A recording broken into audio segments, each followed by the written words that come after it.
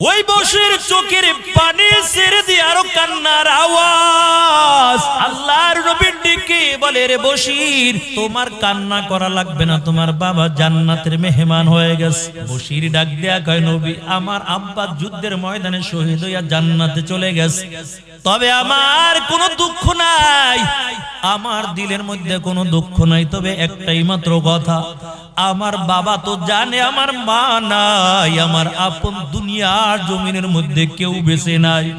আমার বাবা যখন যুদ্ধের ময়দানে গেল, আমার বাবা যদি আমাকে বইলা যাইতো, বসি আমি যুদ্ধের ময়দানে যাই, তুমি আমার জন্য অপেক্ষা করিও।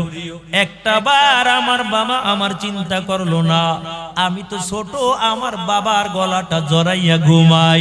ও নবী আমার, 2টা দিন হয়ে গেল আমি আমার বাবার গলা জড়াইয়া ঘুমাইতে পারি না। এই মসজিদের নববীর বারান্দার মধ্যে ঘুমাই, ঠিক মতন খাবারও খেতে পারি না, কারণ এই মদিনার জমিনের মধ্যে আমার আপন বলতে কেউ নাই। ও পয়গম্বর, কেন আমার আব্বাজান একটাবারও আমার কথা চিন্তা করলো না? এই জন্য আমি কান্না করতেছি। মায়া নবী হাত দিয়ে বসিরের চোখের পানিগুলো মুছে দেয় আর ডাক দেয়া বলে, বসির, তোমার কান্না করা লাগবে না, এখন থেকে আমি নবী তোমার বাবা হয়ে গেলাম। এর নবীর উম্মতের দল, এই জন্য বলতেছিলাম, আম্মা জান আয়েশা ডাক দিয়া বলে, ও মদিনার মহিলার, তুমি শুনো, ইউসুফ নবীর চেহারার দিকে তাকাইয়া মিশরের মহিলারা ফল কাটতে যাইয়া হাত কাইটা ফেলাইছে। আর আমি বলি, আমার নবী যদি ওই জামানার মধ্যে থাকতো, আর যদি মায়া নবীর চেহারাটা একটাবার তারা দেখতো, হাত কাটা তো দূরের কথা, তাদের কলিজা কেটে ফেলতো, কোনো খবর পাইতো না। ইমামুল আউয়ালিন আল আখিরিন, বাহর সাদাকা রাহমাতাল লিল আলামিন, সাইয়্যিদুল কাওনাইন, খাতমুল মুরসালিন, আখিরা মুদবুদ ফখরুল আউয়ালিন, শাদা জুদাশ রাহমাতাল লিল আলামিন, মসজিদে ওশুদ হামারু ওয়া জমিন, ওয়ামা আরসালনাকা ইল্লা রাহমাতাল লিল আলামিন। हम सिरात मुस्तफा दर तमामी हालयों कुन इत्तिबाए सुन्नते खैरुल बशर गिर लाजम तामुयाबी अफसार। এর নবীর আশিকের দল, কারণ আল্লাহর নবীর চেহারার মধ্যে আল্লাহ তাআলা এত মায়া দান করেছেন, নবীর চেহারার মধ্যে আল্লাহ তাআলা এমন নূর দান করে দিয়েছেন। আম্মা জান আয়েশা বলেন, ও মদিনার মহিলারা, তবে শোনাও, আমার নবী যখন রাস্তা দিয়া হেঁটে যায়, দুনিয়ার কোনো আলো লাগে না, নবীর চেহারার দ্বারা পুরা রাস্তা আলোকিত হয়ে যায়। আম্মা জান আয়েশা কাপড় সেলাই করতেছে সুই দিয়া, হঠাৎ করে বাতি বন্ধ, হাতের সুইটাও পড়ে গেল। আম্মা জান আয়েশা বলে, আমার ঘরের মধ্যে বাতি নাই, আমি সুইটাও খুঁজে পাই না। কিন্তু এশার নামাজের পর মায়ের নবী যখন ঘরের মধ্যে তাশরীফ আনলো, নবীর নূরানী চেহারার দ্বারা আমার পুরা ঘরটা আলোকিত হয়ে গেছে। আর যেই জায়গার মধ্যে সুইটা পড়ে আছে, আমি নবীর চেহারার দ্বারা যখন পুরা ঘর আলোকিত হয়ে যায়, ওই জায়গার মধ্যে আমি সুইটা আমি খুঁজে বের করে নিলাম। এই জন্য আল্লাহর নবী বলেন, সাহাবীরা শুনো, ও ওই জান্নাতের ময়দানে অন্য কোনো আলো লাগবে না, কারণ আমি নবী যখন জান্নাতের ময়দানে হাজির হয়ে যাব, আমি নবীর নুরানি চেহারার দ্বারা পুরো জান্নাতটা আলোকিত হয়ে যাবে। আল্লাহ আবার ডাক দেয়া বলবে, ও পয়গম্বর, আপনাকে আমি এত সুন্দর করে বানাইলাম, ইউসুফ নবীর চাইতেও আমি আপনাকে বড় সুন্দর বানাইলাম। ইউসুফ নবীকে দুনিয়ার অর্ধেক সুন্দর দিয়ে বানাইলো, আর আখিরি পয়গম্বরকে আল্লাহ এত সুন্দরী দান করেছেন, এত সুন্দর রূপে বানাইলো, ওই দুনিয়ার আর কোন মানুষ আল্লাহ এত সুন্দর বানায় না। ওই মায়ার নবীকে আল্লাহ তাআলা বলবেন, পয়গম্বর, আপনাকে আমি কত সুন্দর কণ্ঠ দান করলাম, আপনার কণ্ঠ দিয়ে একটু কোরআন তেলাওয়াত করে করে শুনান। আল্লাহর পয়গম্বর পবিত্র কালামুল্লাহ তেলাওয়াত করবেন। আল্লাহ বলবেন, ও নবী আমার, এই জান্নাতের ময়দানে আমার কালামুল্লাহ শরীফ থেকে সূরা ইয়াসিন তেলাওয়াত করে করে আমার বান্দা বান্দীদেরকে শুনান। আমার নবী সূরা ইয়াসিন তেলাওয়াত করবেন, ইয়াসিন ওয়াল কুরআনিল হাকীম ইন্নাকা লামিনাল মুরসালিন আলা সিরাতিম মুস্তাকিম। এমন কুরি কুরি মায়ার নবী পবিত্র কালামুল্লাহ শরীফ থেকে সূরা ইয়াসিন তেলাওয়াত করে করে শোনাবে। জান্নাতি বান্দা বান্দির কাছে বড় মজা লাগবে। আল্লাহ বলবেন, ও বান্দা বান্দির দল, একটু অপেক্ষা করো, এর চেয়েও বড় নেয়ামত আমি আল্লাহ তোমাদের দান করে দিব। আল্লাহর দিদারের জন্য অপেক্ষায় তাকবীরে মুমিন। ওই মুসা নবী তুর পারে উঠতেছে, আল্লাহ ডাক দেয়া বলে, মুসা পায়ের জোতা খুলে তারপরে তুর পারে উঠে। আর আখিরি পয়গম্বর যখন আল্লাহ তাআলার বাড়ি বেড়াইতে গেল, আল্লাহর আরশে পা রাখবেন আর জুতা খুলবেন। আল্লাহ বলেন, নবী আপনি পায়ের জুতা খুলবেন না, কারণ আপনার পায়ের জুতার ধুলিতে আমি আল্লাহর আরশ ধন্য হয়ে যাবে। ওই মুসা নবী আল্লাহর সঙ্গে কথা বলবে। মুসা নবী ডাক দিয়ে বলে, আল্লাহ একটু দেখা দাও, দেখা দাও। আল্লাহ তাআলা বলে, মুসা দেখতে পারবা না। আবার মুসা নবী ডাক দিয়ে বলে, আল্লাহ একটু দেখা দাও, মন চাই একটু দেখতে। আয় আল্লাহ, আর কত দূরে থাইকা কথা বলবো, কারণ তোমার সঙ্গে তুর পারে এসে এসে আমি কথা বলি। আয় আল্লাহ একটু দেখা দাও। আল্লাহকে দেখার জন্য মুসা নবী বড় পাগল। আল্লাহ তাআলা বলেন, মুসা আমাকে দেখতে পারবা না, এই দুনিয়ার চক্ষু দিয়ে আমাকে দেখতে পারবা না। মুসা নবী ডাক দেখ, আল্লাহ দেখতে পারবো, একটু দেখা দাও। আল্লাহ বলে, মুসা যদি আমি একটু দেখতে চাও, ওই তুর পাহাড়ে চলে যাও। মুসা নবী তুর পাহাড়ে চলে যায়। আল্লাহ তাআলা ৭০,০০০ নূরের পর্দা হইতে একটা নূরের পর্দা যখন সরাইয়া দেয়, ওই নূরের তাজাল্লিতে ওই তুর পাহাড়টা পুরা জ্বলে গেল। মুসা নবী বেহুশ হইয়া জমিনের মধ্যে পড়ে গেল। মুসা নবী জ্ঞান ফেরার পর ডাক দেয়া বলে, মালিক তুমি বলেছো তোমাকে দেখতে পারবো না, আসলে তো তোমাকে দেখতে পারবো না, কারণ একটা মাত্র নূরের পর্দা সরাইছো।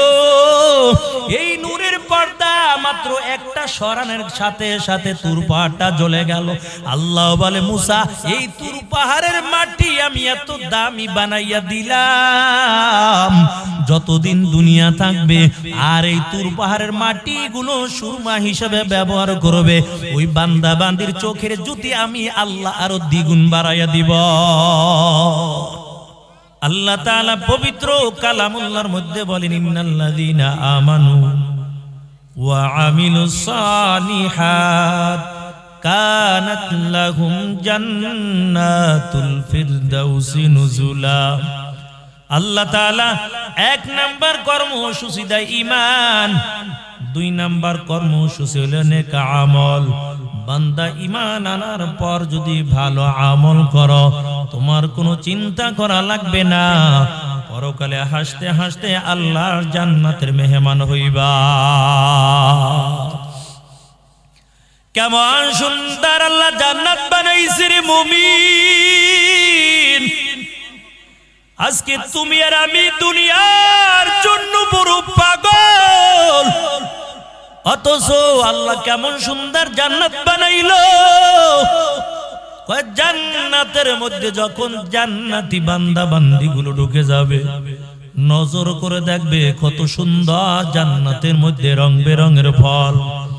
ওই জান্নাতি বান্দা বান্দি গুলো জান্নাতি ফেরেশতাকে বলবে, ও ফেরেশতার দল, আমাকে একটা জান্নাতি ফল দাও। ফেরেশতারা একটা জান্নাতি ফল জান্নাতি বান্দা বান্দির হাতে তুলে দিবে। এই ফলটা খাওয়ার পর এত মজা, আবার ডাক দিয়া বলবে, আমাকে আর একটা ফল দাও। জান্নাতি ফেরেশতারা যারা থাকবে তারা আর একটা ফল দিবে। এই জান্নাতি বান্দা গরম মেজাজ নিয়ে বলবেন, ও জান্নাতি ফেরেশতারা, এই একই রঙের ফল তো মাত্র খাইলাম, এই ফলটা আবার কেন আমাকে দিছ? আর তো জান্নাতের মধ্যে কত রং বেরঙের ফল দেখা যায়। জান্নাতের ফেরেশতারা গরম হবে না, গরম মেজাজ নিয়েও কথা বলবে না।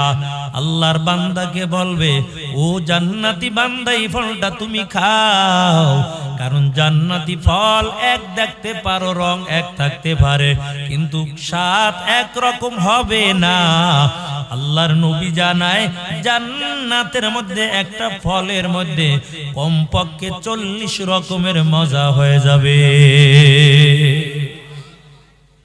আজকে এখানে সুন্দর একটা মজলিস, আল্লাহ জান্নাতের ময়দানে সুন্দর মজলিস কায়েম করবেন।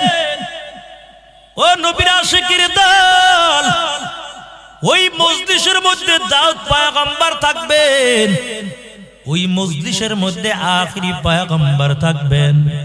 লক্ষ লক্ষ কোটি কোটি কোটি কোটি জান্নাতি বান্দা বান্দিগুলো থাকবে।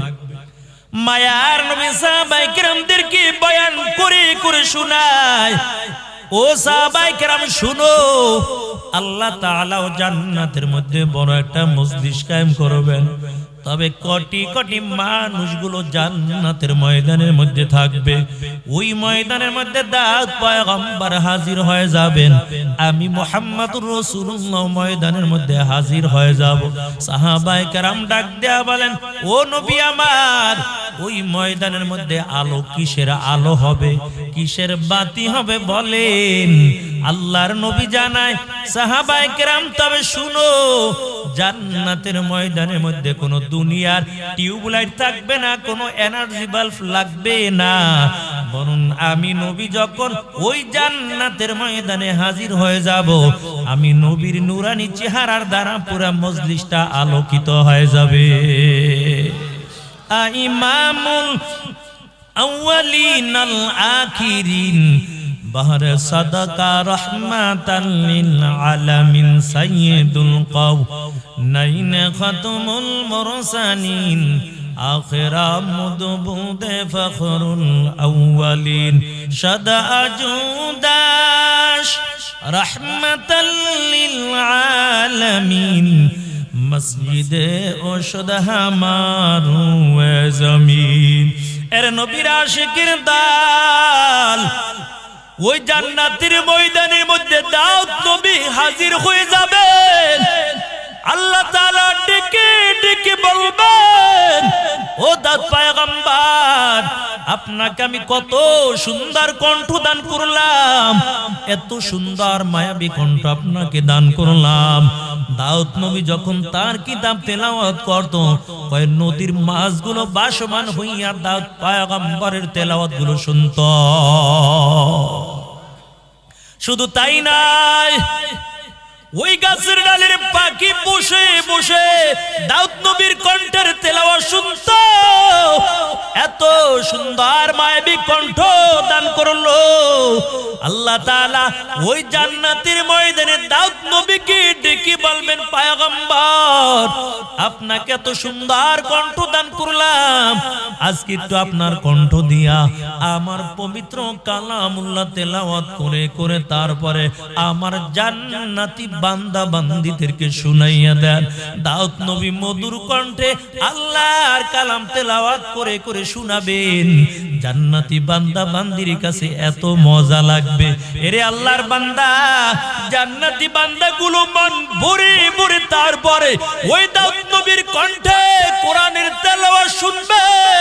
আল্লাহ তাআলা আবার ডাক দিয়া বলবেন, পয়গম্বর আপনাকে না বানাইলে আসমান জমিন নবমণ্ডল হাওয়া গন্ধম জান্নাত জাহান্নাম আমি আল্লাহ কিছুই বানাইতাম না, কারণ আপনারে আমি বড় মায়া করে তারপরে বানাইলাম। এর নবীর আশিক কেমন মায়া করে আমার নবীকে আল্লাহ তাআলা বানাইলো, ওই নবীকে আল্লাহ তাআলা এত দামি বানাইলো রে মুমিন। আল্লাহ তাআলা ডেকে ডেকে বলবেন, ও পয়গম্বর আপনাকে আমি এত সুন্দর মায়াবী কণ্ঠ দান করলাম, আপনাকে আমি এত সুন্দর বানাইলাম। আপনারা বলতে পারেন সবচেয়ে সুন্দর তো ইউসুফ নবীকে আল্লাহ তাআলা বানাইছে, তবে এটা মানি ইউসুফ নবীকে আল্লাহ তাআলা বড় সুন্দর রূপ দিয়া বানাইলো, কারণ ইউসুফ নবীর এত সুন্দর চেহারা, যে চেহারার দিকে তাকাইয়া ওই মিশরের নারীরা ফল কাটতে যাইয়া হাত কেটে ফেলেছে। মদিনার মহিলারা আম্মা জান আয়েশাকে ডাক দিয়া বলে, আম্মা জান আয়েশা আমরা জানতে চাই ইউসুফ নবীকে আল্লাহ বড় সুন্দর রূপ দিয়া বানাইলো, তবে আমাদের নবীকে আল্লাহ কেমন সুন্দর বানাইছে। আম্মা জান আয়েশা ডাক দিয়া বলে, মদিনার মহিলারা তবে শোনাও, আমি আয়েশা বলি ওই যুগে যদি ইউসুফ নবী না হইয়া ওই মজলিসের মধ্যে যদি আখিরি পয়গম্বর মুহাম্মদুর রাসূলুল্লাহ থাকতো, নবীর চেহারার দিকে তাকাইয়া তাদের ফল কাটো তো দূরের কথা, হাত কাটাও দূরের কথা, কলিজা কেটে ফেলতো, তাদের কোনো খবর থাকতো না। কয়টা আবার কেমন করে সম্ভব? এর নবীর আশিক মুসা নবীর কওমদেরকে নিয়ে পথ চলতেছে, ওই প্রতিমধ্যে যাইয়া কওমেরা ডাক দেয়া কয়, মুসা যুদ্ধের ময়দানে আমাদেরকে নিয়ে এসেছো, তাহলে আমরা আর যুদ্ধ করতে পারবো না, তুমি আর তোমার আল্লাহ যুদ্ধ করো। আর পয়গম্বরের সাহাবায়ে কেরাম ডাক দেয়া বলে, ও নবী আমার, আমাদেরকে নিয়ে আপনার কোনো চিন্তা করা লাগবে না, কারণ আমরা মুসা নবীর উম্মতের মতো না, আমরা আপনার জন্য জীবন দিতেও পারি, আমাদের সন্তানগুলো এতিম করতে পারি, তারপরও ভালোবাসা মোটেও কম নাই। ও পয়গম্বর আমাদের বাল বাচ্চা বাপ মা যা কিছু আছে, এমনকি আমাদের জীবনের চেয়ে আপনাকে বড় ভালোবাসি। এর নবীর আশিক নবীর একজন সাহাবী বিবি দুনিয়া থেকে বিদায় হয়ে গেল, ছোট্ট একটা বাচ্চা রেখে বিবি দুনিয়া থেকে বিদায় হয়ে যায়। আমার নবীকে কেমন ভালোবেসেছে, কয় যখন বিবি দুনিয়া থেকে বিদায় হয়ে গেল, ছোট নাবালক সন্তানটা রেখে দুনিয়া থেকে বিদায় হয়ে গেছে, বাবা এই সন্তানটাকে বুকের মধ্যে জড়াইয়া রাত্রবেলা ঘুমায়, কারণ মা নাই, সন্তান তো বড় এতিম, দুনিয়ার জমিনের মধ্যে মা বলে ডাক দিতে পারবে না, দেখিনি আমি বাবার বুকের মধ্যে জড়াইয়া রাখি, মায়ের কষ্ট না জানি ভুলে যায়, আমি বাবার বুকের মধ্যে আমার সন্তানকে জড়াইয়া তারপরে ঘুমাবো। আবার যখন গোসল করাই সুন্দর করে গোসল করাইয়া দেয়, কারণ মায়ের কথা জানো সন্তানের দিলের থেকে ভুলে যায়। এর নবীর আশিক যারা এতিম হয়েছেন তারা জানেন মা বাবা হারানো কি ব্যথা। এই মা বিশেষ করে বাড়ি যাবেন, একদল মানুষ আছে ঘরের দরজার সামনে যাইয়া দাঁড়াবে, মাকে মা বলে ডাক দিতে পারবে না, বাবাকে বাবা বলেও ডাক দিতে পারবে না। এই মাদ্রাসাও কত এতিম ছাত্রগুলো এই আল্লাহর কোরআন শেখার জন্য এসেছে, অনেকের মা নাই বাবা নাই। ঈদের সময় কত ছাত্রগুলো বাড়ি চলে যায়, আবার কত ছাত্রগুলো মাদ্রাসায় থেকে যায়, কারণ কার কাছে যাবে, মা দুনিয়ার জমিনের মধ্যে বেঁচে নাই। এরে আল্লাহর বান্দা, ওই সাহাবী তার সন্তানকে এমন করে আস্তে আস্তে লালন পালন করতেছে। একদিন ছোট সন্তানদেরকে নিয়ে আল্লাহর নবীর কাছে হাজির হয়ে গেল। নবীর সামনে যখন চলে গেল, ওই সাহাবী আমার নবীর সামনে বসে গেল। এদিক থেকে ছোট্ট বালক, ওই সাহাবী ছোট্ট বালক সন্তান নবীর কাছে বসে গেল। এরে আল্লাহর বান্দা, আল্লাহর নবী ডাক দিয়া বলে, যুদ্ধের ঘোষণা এসে গেছে, কে কে যুদ্ধের ময়দানে যাইবা বলো, যুদ্ধের জন্য তৈয়ার হয়ে যাও, তাড়াতাড়ি যুদ্ধের ময়দানে যাওয়া লাগবে। ওই সাহাবী চিন্তা করলো না, আমার ছোট নাবালেক সন্তান কার কাছে থাকবে, কার কাছে আমি রেখে যাব। হাতের মধ্যে তলোয়ার নিয়ে দাঁড়ায় আর বলে, পয়গম্বর আমিও যুদ্ধের ময়দানে যেতে চাই। সাহাবায়ে কেরামের সঙ্গে যুদ্ধের ময়দানে চলে গেল। আল্লাহর পয়গম্বরও যুদ্ধের ময়দানে চলে গেল। এই ছোট্ট বালক সন্তান বশির রাস্তার কিনারায় বসে বাবার জন্য অপেক্ষা করতেছে, কারণ বাবা যুদ্ধের ময়দানে গেল, সন্ধ্যা হয়ে গেলে আবার বাবা আসবে, আমি আমার বাবার গলা জড়াইয়া রাত্রবেলা ঘুমাইব। আমি দুপুরে কোনো খাবার খাই নাই, আমার বাবা সন্ধ্যাবেলা এসে আমার মুখে খাবার লোকমা দিয়া দিবে। এরে আল্লাহর বান্দা, এমন করে করে ছোট নাবালেক সন্তানটা অপেক্ষা করতেছে। কিন্তু সন্ধ্যা হয়ে গেল, বাবা যুদ্ধের ময়দান থেকে ফিরে না, সাহাবায়ে কেরাম যুদ্ধের ময়দান থেকে ফিরে না। বশির কার কাছে যাবে, আপন বলতে কেউ নাই। ওই বশির ছোট নাবালেক সন্তান ওই মসজিদের নববীর বারান্দায় ঘুমায়, কারণ বশিরকে দেখার মতন কেউ নাই, আপনজন কেউ দুনিয়ার জমিনের মধ্যে বেঁচে নাই। আমার বাবা যুদ্ধের ময়দানে গেল, আমার কথা চিন্তাও করলো না, নবীর ডাকে সারা দিয়া যুদ্ধের ময়দানে চলে গেছে। এরে আল্লাহর বান্দা, দ্বিতীয় দিন আবার প্রতিমধ্যে দাঁড়াইয়া দাঁড়াইয়া অপেক্ষা করে, কিন্তু না না, বাবা যুদ্ধের ময়দান থেকে বাড়ি ফিরে না, সাহাবায়ে কেরাম যুদ্ধের ময়দান থেকে বাড়ি ফিরে না।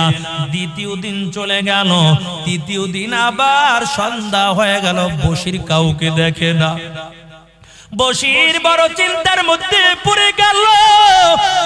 দুইটা দিন হয়ে গেল, আমার বাবা আসলো না, একটাবার আমার কথা চিন্তা করলো না। যখন সূর্য ডুবে ডুবে এমন অবস্থায় হঠাৎ করে দেখে সাহাবায়ে কেরাম মদিনার বুকে ঢুকতেছে। বশিরের দিলের মধ্যে বড় আনন্দ, না জানি আমার ময়দান থেকে বাড়ি ফিরতেছে। এরে আল্লাহর বান্দা, বশির দৌড়াইয়া একটু সামনে যখন আগায়, সাহাবায়ে কেরামের চেহারার দিকে তাকায়, কিন্তু বাবার চেহারার মতন তো আর কাউকে দেখে না। আমার বশির আবার একটু সামনে যায়, বাবার চেহারার মতন কাউকে দেখে না। এরে আল্লাহর বান্দা, ওই জায়গায় দাঁড়াইয়া দাঁড়াইয়া আবার অপেক্ষা করতে থাকে, কারণ দেখি আরো তো সাহাবায়ে কেরাম বাকি আছে। আমার মায়ার নবী তো এখনো মদিনার জমিনে ঢুকে নাই, না জানি আমার নবীর সঙ্গে আমার বাবা পিছনে আসতেছে। হঠাৎ করে আবার নজর করে দেখতে পায় আখিরি পয়গম্বর মুহাম্মাদুর রাসূলুল্লাহ সাল্লাল্লাহু আলাইহি ওয়াসাল্লাম কয়েকজন সাহাবায়ে কেরামদেরকে নিয়ে আবার মদিনার জমিনে ঢুকতেছে। বশিরের দিলের মধ্যে বড় আনন্দ বেড়ে যায়, এই কাফেলার মধ্যে বুঝি আমার বাবাকে আমি পাবো। ওই যে আমার নবীকেও তো দেখা যায়। নবী যখন বশিরের কাছে চলে আসলো, ছোট্ট বালক বশির ডাক দিয়া বলে, নবী আমার, আমার আব্বু কই, আমার বাবাকে কেন দেখি না? আল্লাহর পয়গম্বর বশিরের সামনে বসে গেল। আবার বশির নবীর সামনে বইসা বলে, পয়গম্বর আমার আব্বা তো আপনার সঙ্গে যুদ্ধের ময়দানে গেছে, কই আমার আব্বাকে কেন দেখি না? আল্লাহর নবী ডান দিকে চেহারাটা ঘুরাইয়া ফালাইলো। আবার বশির ডানে যাইয়া সালাম দিয়া বলে, পয়গম্বর আমার আব্বা কোথায়? আমার বাবাকে কেন আমি দেখি না বলেন? রাসূল আবার বাম দিকে চেহারাটা ঘুরাইয়া ফালাইলো।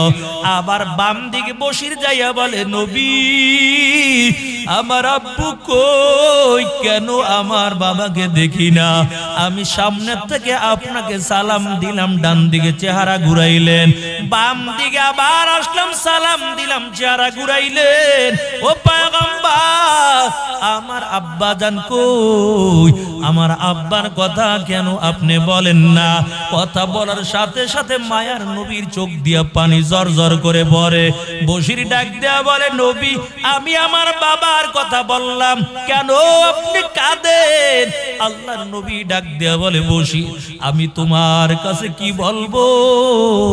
কারণ তোমার বাবা দুনিয়ার জমিনে বেঁচে নাই, সে তো আল্লাহর জান্নাতের মেহমান হয়ে গেছে।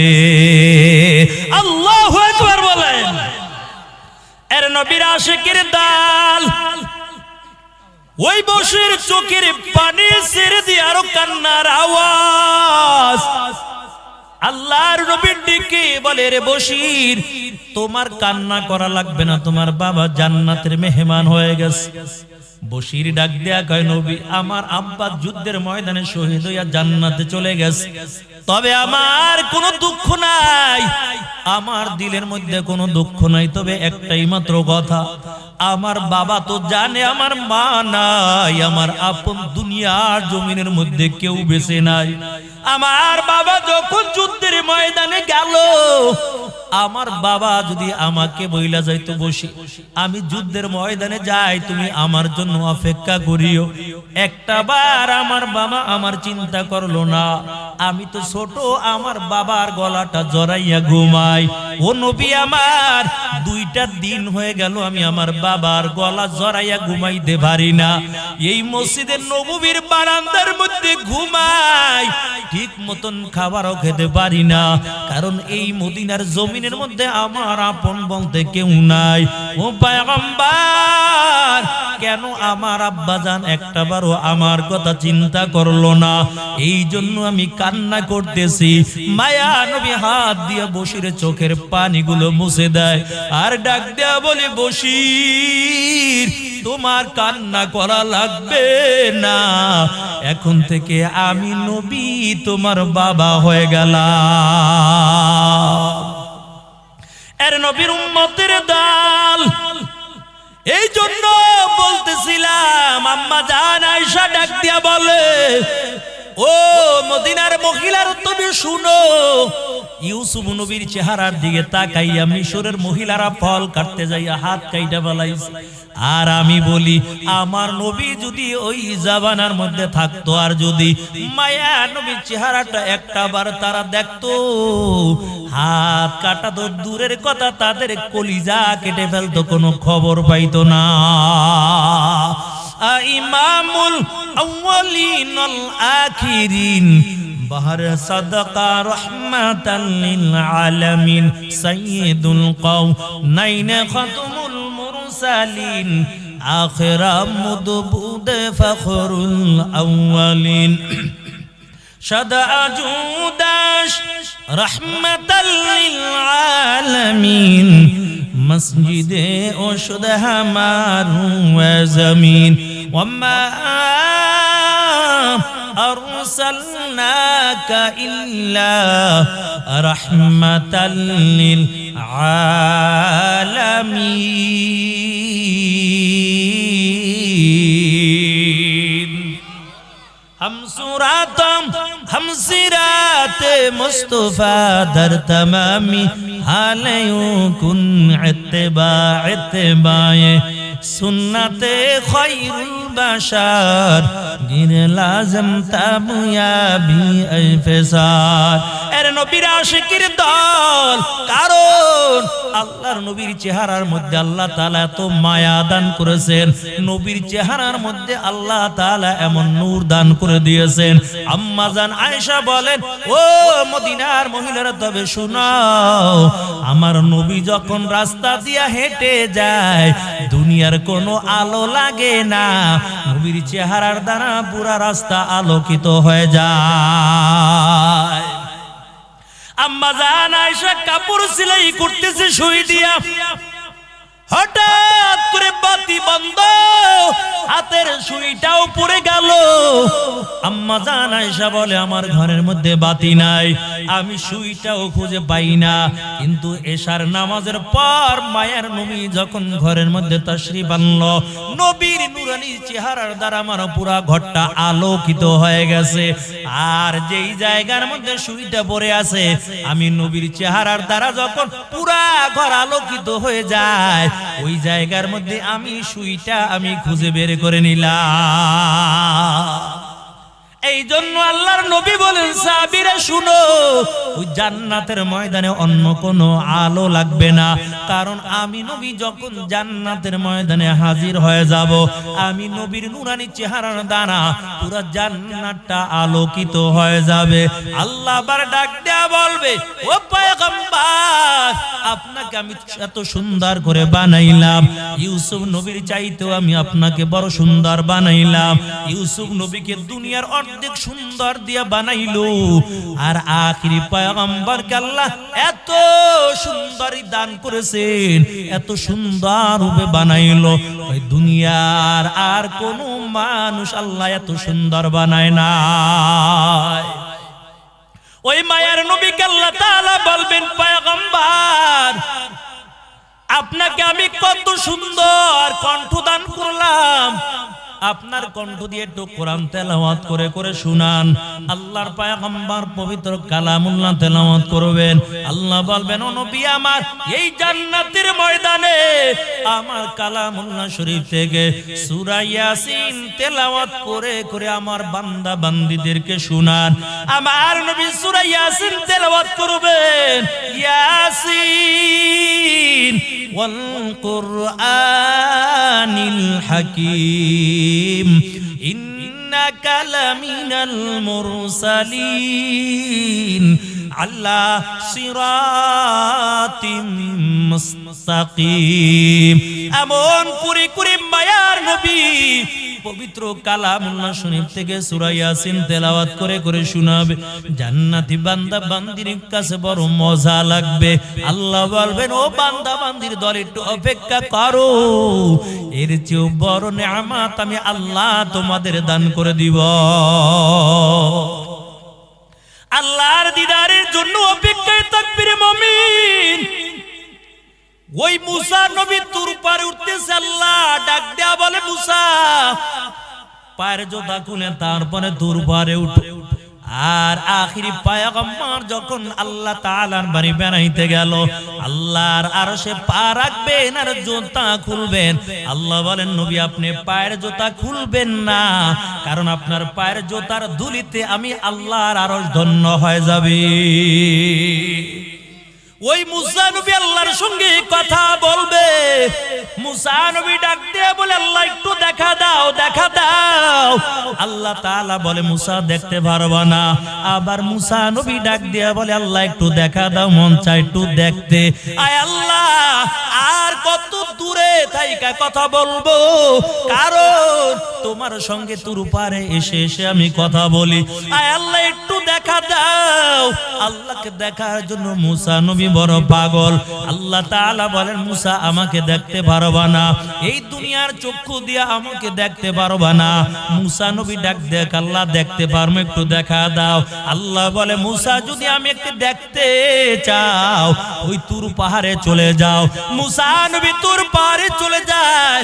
আল্লাহ তাআলা ৭০,০০০ নূরের পর্দা হইতে একটা নূরের পর্দা যখন সরাইয়া দেয়, ওই নূরের তাজাল্লিতে ওই তুর পাহাড়টা পুরা জ্বলে গেল। মুসা নবী বেহুশ হইয়া জমিনের মধ্যে পড়ে গেল। মুসা নবী জ্ঞান ফেরার পর ডাক দেয়া বলে, মালিক তুমি বলেছো তোমাকে দেখতে পারবো না, আসলে তো তোমাকে দেখতে পারবো না, কারণ একটা মাত্র নূরের পর্দা সরাইছো। এই নূরের পর্দা মাত্র একটা সরানোর সাথে সাথে তুর পাহাড়টা জ্বলে গেল। আল্লাহ বলে, মুসা এই তুর পাহাড়ের মাটি আমি এত দামি বানাইয়া দিলাম, যতদিন দুনিয়া থাকবে আর এই তুর পাহাড়ের মাটি গুলো সুরমা হিসেবে ব্যবহার করবে, ওই বান্দা বান্দির চোখের জ্যোতি আমি আল্লাহ আরো দ্বিগুণ বাড়াইয়া দিব। আর কিয়ামতের ময়দানে, ওই জান্নাতের ময়দানে জান্নাতি বান্দা বান্দিকে আল্লাহ তাআলা বলবেন, জান্নাতি বান্দা বান্দির দল, আজকে তোমাদের জন্য আরো বড় একটা পুরস্কার রয়ে গেছে।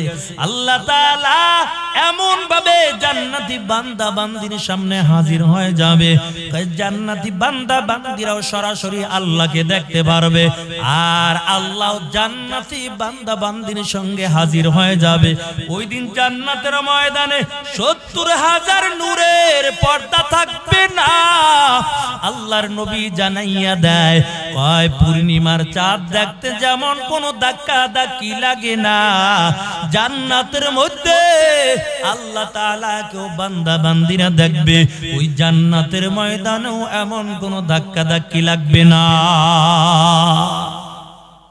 আল্লাহ তাআলা দেখা দেওয়ার পর আল্লাহ তাআলা পবিত্র কালামুল্লাহ শরীফ থেকে সূরা আর রহমান তেলাওয়াত করে করে তারপর শোনাবে। মায়ার নবী জানাইয়া দেয়, আল্লাহর কুদরতি কণ্ঠ দিয়া কিয়ামতের ময়দানে জান্নাতের মধ্যে আল্লাহ তাআলা আর রহমান সূরা তেলাওয়াত করে করে শোনাবে। সেদিন আল্লাহ বলবেন আর রহমান, ওই কিয়ামতের ময়দানে মালিক বলবে, আনার রহমান আল্লামাল কুরআন খালাকাল ইনসান আল্লামাহুল বায়ান। এমন করে করে মধুর কণ্ঠ দিয়ে আল্লাহ তাআলা কুদরতি কণ্ঠ দিয়া সব জান্নাতি বান্দা বান্দীদেরকে কোরআন তেলাওয়াত করে করে তারপর মালিক শোনাবে। এর নবীর আশিকের দল, আজকে তো আমরা দুনিয়ার জন্য বড় পাগল, অথচ যদি আখিরাতের জন্য পাগল হয়ে যাইতাম, আল্লাহ দুনিয়াও আমাদের দান করে দিত। আখিরাতের জন্য যদি পাগল হয়ে যাইতাম, আখিরাত সামনে রাখতাম, দুনিয়া আমাদের পিছে পিছে তারপর দৌড়াইতো। অথচ আজকে আমরা দুনিয়ার জন্য বড় পাগল পারা হয়ে গেলাম। কার হক কিভাবে নষ্ট করা যায়, মানুষের উপর কিভাবে জুলুম করা যায়, কেমন করে মানুষের হকগুলো নষ্ট করা যায়। এরে আল্লাহর বান্দা, তবে যার দিলের মধ্যে মালিকের ভয় থাকবে, যার দিলের মধ্যে কবরের চিন্তা থাকবে, যার দিলের মধ্যে ওই মিজানে চিন্তা থাকবে, যার দিলের মধ্যে হাসরের ময়দানে ভয় থাকবে, ওই লোকটা দুনিয়ার কোনো মানুষের হক নষ্ট করতে পারে না। ওই আল্লাহর বান্দা মানুষের উপর জুলুম করতে পারে না। ওই আল্লাহর বান্দা দুনিয়ার কোনো মানুষকে গালি দিতে পারে না, কারণ তার দিলের মধ্যে হলো একমাত্র আল্লাহর বড় ভয়। এর নবীর উম্মতের দল, আল্লাহর বান্দা যুবক রাস্তা দিয়া চলতেছে, আল্লাহর বান্দা কোনো খাবার পায় না, একদিন আর 2 দিন না, 3টা দিন পর্যন্ত অনাহারে দিন কাটায়, তারপর আল্লাহর হুকুম অমান্য করে না। আল্লাহর বান্দা কষ্ট করে করে তারপর নদীর কিনারায় বসে আছে মালিকের তাসবিহ আদায় করে। হঠাৎ করে নজর করে দেখতে পায় নদীর কিনারা থেকে সুন্দর একটা পাকা ফল ভেসে যায়। আল্লাহর বান্দা আর দেরি করে না, কারণ 3 দিন পর্যন্ত খাবার পাই না। ক্ষুধার যন্ত্রণা সইতে না পেরে ওই ভাষা ফলটা নদীর থেকে উঠাইয়া আল্লাহর বান্দা ফলটা খেয়ে ফেললো। এখন নামাজে দাঁড়ায় কিন্তু আগের মতন মজা পায় না। বান্দা জিকির করে তবে আগের মতো মজা পায় না। বান্দা কোরআন তেলাওয়াত করে তবে আগের মতো মজা পায় না। একটু সামনে আগাই, আবার ওই পিছে জায়গা হয় না, একটু জিকির করে সামনে আগাই, লা ইলাহা ইল্লাল্লাহ। একটু সামনে আগাই ভাই, একটু পিছের মানুষদের একটু বসতে দেই, ইনশাআল্লাহ আল্লাহ জান্নাতে আপনার জন্য বসার জায়গা করে দেবে। একটু সামনে আগাই, লা ইলাহা ইল্লাল্লাহ, লা ইলাহা ইল্লাল্লাহু মুহাম্মাদুর রাসূলুল্লাহ। আরে নবীর আশিকের দল, আল্লাহর বান্দা ফলটা খাওয়ার পর আগের মতো এখন ইবাদতের মধ্যে মজা লাগে না। বান্দা জিকির করে তবে আগের মতন মজা পায় না। আপনি আমিও জিকির করি, উজানি কারি ইব্রাহিম সাহেব জিকির করেছে, আপনি আমিও জিকির করি। আর ওই যে চরমনার ময়দানে ঘুমন্ত ফজলুল করিম মালিকের জিকির করেছে, ওই উজানির কারি ইব্রাহিম সাহেব রহমাতুল্লাহ আলাইহি কয় জিকির করতো, আল্লাহ বলে ডাক দিত, আবার জিব্বাটা নারাইয়া নারাইয়া কি জানি খাইতো। লোকেরা ডাক দেয়া বলে, হুজুর আপনি একবার আল্লাহকে আল্লাহ বলে ডাক দেন, আবার জিব্বা নারাইয়া কি জানি আপনি খাইতেছেন। আল্লাহর ওলি ডাক দেয়া বলেন, আমি একবার যখন আমার মালিককে ডাক দেই, আমার পুরা মিষ্টিতে মিষ্টান্ন হয়ে যায়, আর আমার জিব্বাটা লড়াইয়া মিষ্টি খাইয়া আবার দ্বিতীয়বার আমার আল্লাহকে আল্লাহ বলে ডাক দেই। আর আপনি আর আমি ডাকি মজা পাই না, কেমন করে মজা পাইবো? এই জিব্বা দিয়ে কত গালিগালাজ করলাম, এই জিব্বা দিয়া কত মিথ্যা কথা বললাম, এই জিব্বা দিয়া কত হারাম খাইলাম। এরে আল্লাহর বান্দা, ওই যুবক বাসা নদীর থেকে ফলটা যখন খেয়ে ফেললো, এখন আর জিকিরের মধ্যে মজা পায় না, এখন আর নামাজের মধ্যে মজা পায় না, এখন আর কোরআন তেলাওয়াতের মধ্যেও মজা পায় না। আল্লাহর বান্দার দিলের মধ্যে মালিকের তো বড় ভয়, ওই আল্লাহর বান্দা এখন বড় চিন্তার মধ্যে পড়ে গেল, আরে কার গাছের ফল খাইলাম, এই ফলের মালিককে আমার খুঁজে বের করা লাগবে। আল্লাহর বান্দার দিলের মধ্যে পেরেশানি, তবে কেমন করে মালিককে পাবো? তবে যে দিক থেকে পানি আসছে আবার ওদিকে হাঁটা শুরু করলো, হাঁটতে হাঁটতে কিছু দূর চলে গেল, নজর করে দেখতে পায় যেই ফলটা খাইলো ঠিক একই রঙের একই কালারের ফলের বাগান দেখা যায়, আর একটা ফলের ডাল ওই নদীর কিনারায় পড়ে আছে। যুবকের আর বুঝতে বাকি নাই, অবশ্যই ভাষা ফলটা বুঝি এই গাছের ডালের হবে। এখন ফলের মালিককে খুঁজে বের করা লাগবে। এই বাগানের মালিককে, তাকে খুঁজে বের করব। বাগানের মালিককে যখন খোঁজা শুরু হয়ে গেল, বাগানের মালিক খুঁজতে খুঁজতে দেখে একজন মহিলা, বুড়ি একজন মহিলা তার কাছে চলে গেল, ডাক দেয়া বলে, ও বুড়ি মা, তোমার ওই বাগানের একটা ভাষা ফল আমি খাইছি, বুড়ি মা তুমি ফলের দাবিটা একটু মেহেরবানি করে ছেড়ে দাও। বুড়ি মহিলা ডাক দিয়ে বলে, যুবক ফলের দাবি আমি কেমন করে ছাড়বো? কারণ এই ফলের বাগানের মালিক তো আমি একা না, কারণ এই ফলের বাগান যখন আমি ক্রয় করলাম আমার কাছে পুরো টাকা ছিল না।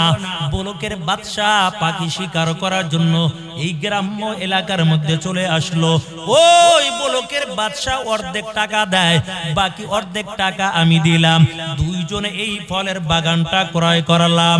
বুড়ি মহিলা ডাক দেয়া বলে, যুবক ফলের দাবি যদি ছাড়াতে চাও তাহলে বলকের বাদশার কাছে যাওয়া লাগবে, কারণ আমি অর্ধেক ফলের দাবি ছাড়তে পারি, যেহেতু বাগানের অর্ধেক মালিক হলাম আমি ফলের অর্ধেক দাবি ছাড়লাম, বাকি অর্ধেক ফলের দাবি যদি ছাড়াতে চাও ওই বলকের বাদশার কাছে চলে যাও।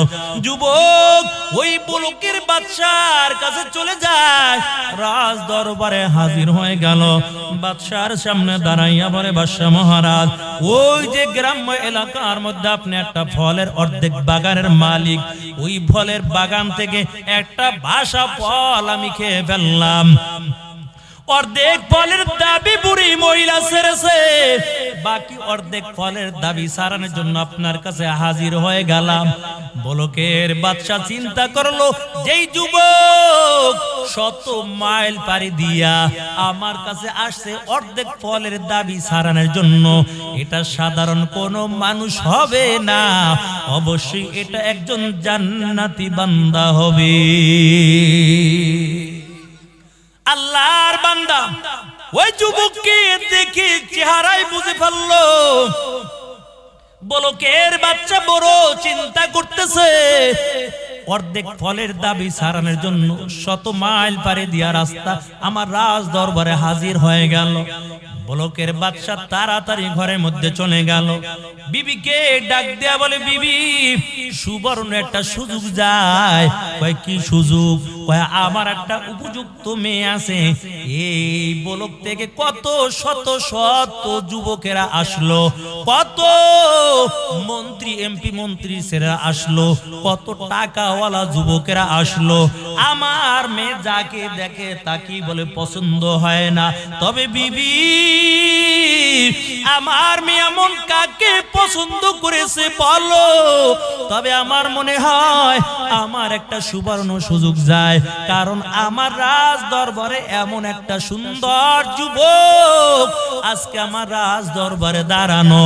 আমার মনে হয় আমার মেয়েটা যদি এই যুবকের কাছে বিবাহ দিতে পারি, আমার মেয়েটার জীবনটা বড় ধন্য হয়ে যাবে।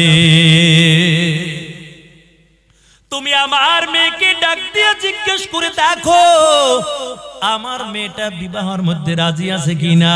আমি চাই আমার মেয়েটাকে যুবকের সঙ্গে বিবাহ দিব। তাড়াতাড়ি ওই মেয়ের কাছে চলে গেল, ডাক দিয়া বলে, সন্তান তবে একটা সুবর্ণ সুযোগ যায়। এত শত শত যুবক আনলাম, তুমি কাউকে পছন্দ করো না, তবে আমার রাজ দরবারে আজকে সুন্দর একটা যুবক দাঁড়িয়ে গেছে। আমার মনে চায় ওই যুবকের সঙ্গে আজকে তোমার বিবাহ দিয়ে দিব। মেয়েটা ডাক দেয়া বলে, আব্বা জান দেরি আর করবেন না। আমি কয়েক বছর আগে একটা স্বপ্নের মাধ্যমে একটা যুবককে দেখতে পাইলাম, তবে আমার মনে হয় ওই যুবক বুঝি এখন আপনার রাজ দরবারে দাঁড়ানো আছে। স্বপ্নের মাধ্যমে আমি যাকে দেখলাম, তখন আমার নাকের থেকে এমন একটা সুঘ্রাণ আমি পেয়ে গেলাম। কিন্তু এই একটা দুইটা বছর পর এখন যখন এই যুবক আপনার রাজ দরবারে হাজির হয়ে গেছে, ঠিক একই রকমের ঘেরান আমার নাক থেকে আমি পাইতেছি। ওদিক থেকে বুলকের বাদশা ডাক দিয়া কয়, এরে যুবক, অর্ধেক ফলের দাবি সারানোর জন্য রাজ দরবারে হাজির হয়ে গেছে, তবে ফলের দাবি সারাবো, তবে আমার একটা শর্ত আছে, যদি শর্ত মানো। আল্লাহর বান্দা যুবকটা কি বলে, কি শর্ত বলেন? বুলকের বাদশা ডাক দিয়ে বলে, যুবক আমার একটা মেয়ে আছে, এই মেয়েটা কানে শোনে না, এই মেয়েটা চোখে দেখে না, এই মেয়েটা হলো একজন কালো। এই মেয়েটা আমি তোমার সঙ্গে বিবাহ দিতে চাই। আমার মেয়েটা যদি তুমি বিবাহ করো তাহলে আমি ফলের অর্ধেক দাবি ছাড়ব। যুবক বলো চিন্তার মধ্যে পড়ে গেল, হায় রে, বিবাহ করব দুনিয়ায় কয়েকদিনের জন্য মজা, তবে ফলের দাবি তো আমার সারাতেই হবে। আল্লাহর বান্দা যুবক ফলের দাবি সারানোর জন্য বিবাহ করার জন্য রাজি হয়ে গেল। তারপরে বলে, বাদশাহ আপনার মেয়েটা যদি আপনি আমার কাছে বিবাহ দেন, তারপর আপনি ফলের দাবিটা কিন্তু আমার সাইরা দেন, কারণ আমি আগের মতো ইবাদতের মধ্যে মজা পাই না। বলকের বাদশাহ ডাক দেয়া বলে, যুবক যদি আমার মেয়েটা তুমি বিবাহ করো, ফলের দাবি সাইরা দিব। যুবক রাজি হয়ে গেল, বিবাহ হয়ে গেল। এরে আল্লাহর বান্দা, বিবাহ হয়ে গেছে, তবে বাসর রাত, বাসর ঘরের মধ্যে যখন চলে গেল, আল্লাহর বান্দা যুবক সিজদায় পড়ে মালিকের নিয়ামতের শুকরিয়া আদায় করে যখন বাসর ঘরের মধ্যে ঢুকে গেল, এত সুন্দর ফুটফুটে চেহারার অধিকারী মেয়েটা, দেখতেও কত সুন্দর, এবং সুন্দর মানুষ জীবনেও কোনোদিন দেখি নাই। ডাক দিয়া বলে, তোমার আব্বু বলেছে তুমি কোনোদিন কানে শোনো নাই। মেয়েটা ডাক দিয়া বলে, আমার বাবা মিথ্যা কথা বলে নাই, কারণ আমার জীবনে কোনোদিন বেগানার কোনো আওয়াজ আমার কানের মধ্যে দিয়া ঢোকে না। আর আমগো দেশের মহিলারা, আরে বাপ রে বাপ, অদ্দ উলঙ্গ পোশাক পরে রাস্তা দিয়ে হাইটা যায়। মাই নিজে বোরকা পরে, দাদি পরে, মেয়েটাকে এমন পোশাক পরায়, কার দিকে তাকাইতে ইবলিস শয়তান লজ্জা পায়। বুড়ে নিজে বোরকা পরে, মেয়েটাকে মেকআপ করে, এমন পোশাক পরায় গোটা শরীর দেখা যায়। কত বলেন ঠিক কিনা? এমন পোশাক পরায় গোটা শরীর দেখা যায়, তাই দেখিয়া ইবলিস শয়তানও লজ্জা পায়, তাই দেখিয়া ইবলিস শয়তানও লজ্জা পায়। ঈমান নিয়ে বেঁচে থাকা দায়, হায় রে ঈমান নিয়ে বেঁচে থাকা দায়। কথা বলেন ঠিক কিনা? কের দিকে তাকাইলে মসজিদ থেকে বাইরেছি, এমন ঠোঁটে গালে লিপস্টিক মাইরে রাস্তা দিয়ে হাঁটতে আছে, এর দিকে তাকাইলে নামাজ পড়ে যা পাইছে, ঈমান তাজা হইছে, একবার তাকাইছে শেষ ঈমান। কারণ পুরুষের ঈমান দুর্বল করার জন্য বড় হাতি হলো বেগানা মহিলা, আর কিচ্ছু না। আর বর্তমান সমাজে ঠিক তাই হয়ে গেছে। হাজী সাহেব মানুষ 10 বছর লাগিয়ে হজ করছে, মেয়েটাকে এখন পর্যন্ত পর্দায় চালাইতে পারে না। নিজে আলেম, নিজের বিবিকে পর্দায় চালাইতে পারে না। নিজে মসজিদের মুতাল্লি, নিজে মসজিদের সভাপতি, কিন্তু নিজের বিবিকে পর্দায় চালাইতে পারে না। কারণ বল লাগে পারে না, কি করবে? বল লাগে তো পারতে হইব, বিবির লাগে তো পারতে হইব। বিবির লাগে পারে না, পর্দায় চালাইতেও পারে না। এর নবীর আশিকের দল, আর কেন বা পারবে না? তার একমাত্র কারণ, কেন বা পর্দা চালাইতে পারে না? কেন বিবি তার কথা অনুযায়ী চলে না? কেন তার বিবি তার কথা শুনে না? তার একমাত্র কারণ, দিনদার মেয়ে দেখা বিবাহ করতে পারে না। এই আল্লাহর বান্দা যখন বিবাহ করেছে, দুনিয়াদার দেখা বিবাহ করেছে, দিনদার দেখা করে নাই। এই জন্য আজকে তার বিবিও তার কথা অনুযায়ী চলে না। যদি দিনদার দেখা বিবাহ করত, তাহলে আজকে বিবি তার কথা শুনতো, আর নিজের স্ত্রীও চিন্তা করত কয়দিন আর দুনিয়ার জমিনে বাঁচবো।